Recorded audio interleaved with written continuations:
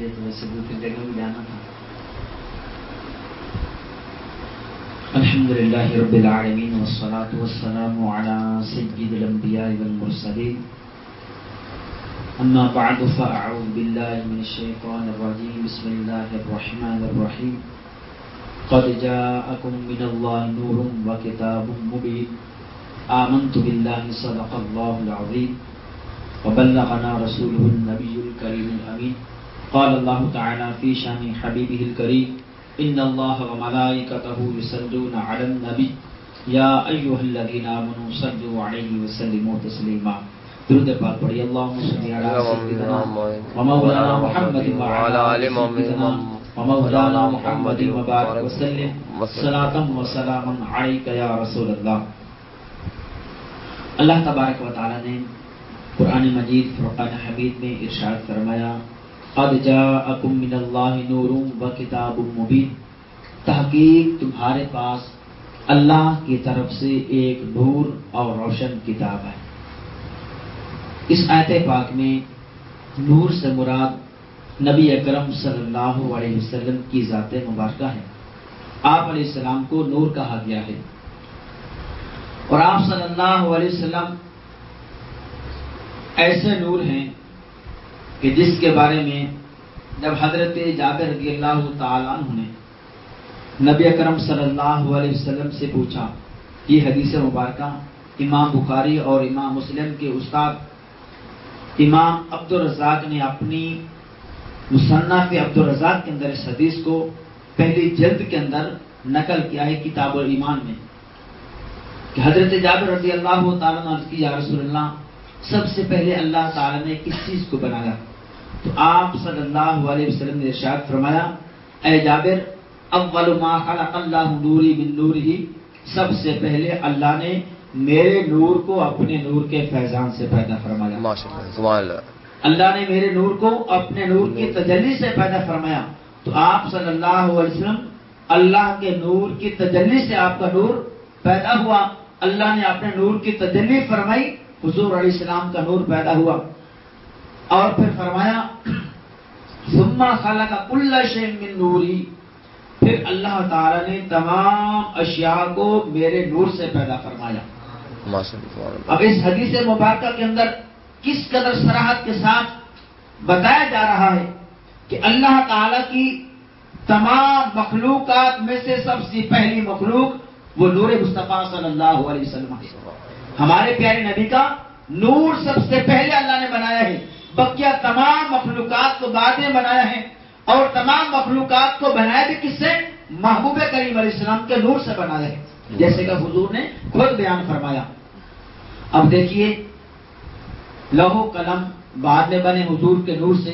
یہ حدیث بڑی طویل ہے, میں بس اس کے بنیادی جو کلمات ہیں انہی کی تشریح کرنا چاہتا ہوں اور اسی پر مزید کچھ گفتگو کرنا چاہتا ہوں کہ لوح و قلم بعد میں بنے, یہ عرش بعد میں بنا, زمینیں بعد میں بنی, آسمان بعد میں بنے. سب سے پہلے نبی اکرم صلی اللہ علیہ وسلم کے نور کو اللہ تعالی نے بنایا ہے. اب آپ جانتے ہیں جب بھی کوئی چیز موجود ہوتی ہے اس کے رہنے کے لیے کوئی نہ کوئی جگہ ہوتی ہے, کوئی چیز موجود ہوتی ہے اس کے لیے رکھنے کی جگہ یا اس کے رہنے کی کوئی نہ کوئی جگہ ہوتی ہے. اب آسمان بعد میں بنے, زمینیں بعد میں بنی, عرش بعد میں بنا, لوح و قلم بعد میں, کرسی بعد میں, تمام مخلوقات بعد میں بنی, انسان, حیوان, چرند, پرند, حجر و شجر, نباتات و جمادات, الغرض تمام مخلوقات بعد میں بنی ہیں. حضور علیہ السلام کا نور پہلے بنا ہے. اب زمین بعد میں, حضور کا نور پہلے ہے. تو زمین چونکہ بعد میں ہے, حضور کا نور پہلے تھا. اب سوال یہ ہے کہ حضور علیہ السلام کا نور رہتا کہاں تھا, کہاں پر رہا؟ اس حضور کے نور کو اللہ تعالیٰ نے سب سے پہلے بنایا تو کہاں پر رکھا؟ تو یہاں پر ایک بڑی نکتے کی بات ہے. وہ بات یہ ہے کہ حضور صلی اللہ علیہ وسلم کے نور کو اللہ تعالیٰ نے جہاں چاہا حضور کا نور سیر کرتا رہا اور زمین و آسمان بعد میں بنائے گئے. اور یہ اس بات کی طرف اشارہ ہے کہ اگر زمینوں کو پہلے پیدا کیا جاتا تو ہو سکتا ہے زمین کہتی کہ اے اللہ تیرے نبی کا نور میرا محتاج تھا, اس لیے کہ میں تھی مجھ پر رہنے کے لیے تیرے نبی کا نور آیا. اور اگر آسمانوں کو پہلے بنایا جاتا ہو سکتا ہے آسمان یہ دعویٰ کر سکتا تھا کہ نبی کا نور میرا محتاج تھا, میں نہ ہوتا تو نبی کا نور رہتا کہاں. تو اللہ تعالیٰ نے گویا کہ یہ سسٹم ہی ختم کر دیا اور نبی کے نور کو پہلے پیدا فرما کر یہ بتلا دیا کہ اے زمین, گویا کہ فرمایا اے زمین تو یہ دعویٰ مت کرنا, اے آسمان تم بھی یہ دعویٰ مت کرنا کہ میرے نبی کا نور تمہارا محتاج ہے, بلکہ میں نے اپنے نبی کے نور کو سب سے پہلے پیدا فرما کر اس بات کا واضح اعلان کر دیا ہے کہ تم سب میرے نبی کے نور کے محتاج ہو. میرے نبی کا نور کسی کا محتاج نہیں, صرف اللہ کا محتاج ہے. سامعین محترم, اللہ تعالیٰ نے اپنے محبوب صلی اللہ علیہ وسلم کو وہ رفعت, وہ بلندی, وہ شان, وہ مقام اور وہ عظمت عطا فرمائی ہے. کسی اور مخلوق کو آپ جیسی شان نہیں ملی. اب آئیے اسی نور کی جھلکیاں دیکھتے ہیں. یہ نور سیر کرتا رہا, اللہ کی عبادت و بندگی میں مصروف رہا. اور جس وقت حضرت جبریل علیہ السلام سے ایک مرتبہ حضور علیہ السلام نے پوچھا, اے جبریل جانتے ہو, اے جبریل مجھے یہ تو بتائیے تمہاری عمر کتنی ہے, اے جبریل مجھے بتاؤ تمہاری عمر کتنی ہے. عرض کی یا رسول اللہ اور تو مجھے پتہ نہیں, میں اتنا جانتا ہوں کہ چوتھے آسمان پر حجابت میں ایک ستارہ چمکا کرتا تھا. وہ ستارہ 70,000 سال کے بعد طلوع ہوتا تھا, یعنی 70,000 سال وہ ستارہ چھپا رہتا پھر طلوع ہوتا تھا. میں نے اس ستارے کو 72,000 مرتبہ دیکھا ہے. اب حضور علیہ السلام نے فرمایا کہ جبریل آج بھی اس ستارے کو پہچان لو گے. عرض کی یا رسول اللہ پہچان لوں گا. آپ علیہ السلام نے فرمایا کہ انا ذالک الکوکب, اے جبریل میں وہی ستارہ ہوں. اور آپ علیہ السلام نے اپنی پشت مبارک سے قمیض اٹھا کر مہر نبوت دکھائی. جیسے ہی جبریل امین نے مہر نبوت دیکھی کہنے لگے یا رسول اللہ بے شک یہی وہ ستارہ ہے جس کو میں چوتھے آسمانوں پر چمکتا ہوا دیکھا کرتا تھا. سبحان اللہ. تو پیارے مصطفیٰ کریم علیہ السلام نور کی حالت میں اس وقت بشریت کے لبادہ اوڑھ کر اس دنیا میں نہیں آئی. نور کی حالت میں اللہ تعالیٰ کی عبادت اور بندگی کیا کرتے تھے. اور وہ جو 70,000 سال چھپے رہتے تھے, علماء نے بیان کیا جب حضور علیہ السلام حالت کیا میں ہوتے تھے اس وقت تو جبریل امین علیہ السلام کو نظر آتے تھے, لیکن جب حضور علیہ السلام رکوع کی حالت میں ہوتے یا سجدے کی حالت میں ہوتے اس وقت آپ علیہ السلام جبریل امین کو نظر نہیں آتے تھے. تو ہمارے نبی صلی اللہ علیہ وسلم نے اس قدر اللہ تعالیٰ کی عبادت و بندگی کی. پھر آپ علیہ السلام اس دنیا میں تشریف لائے بشری لبادہ اٹھ کر. یاد رکھیے آپ صلی اللہ علیہ وسلم بشر بھی ہیں, آپ نور بھی ہیں.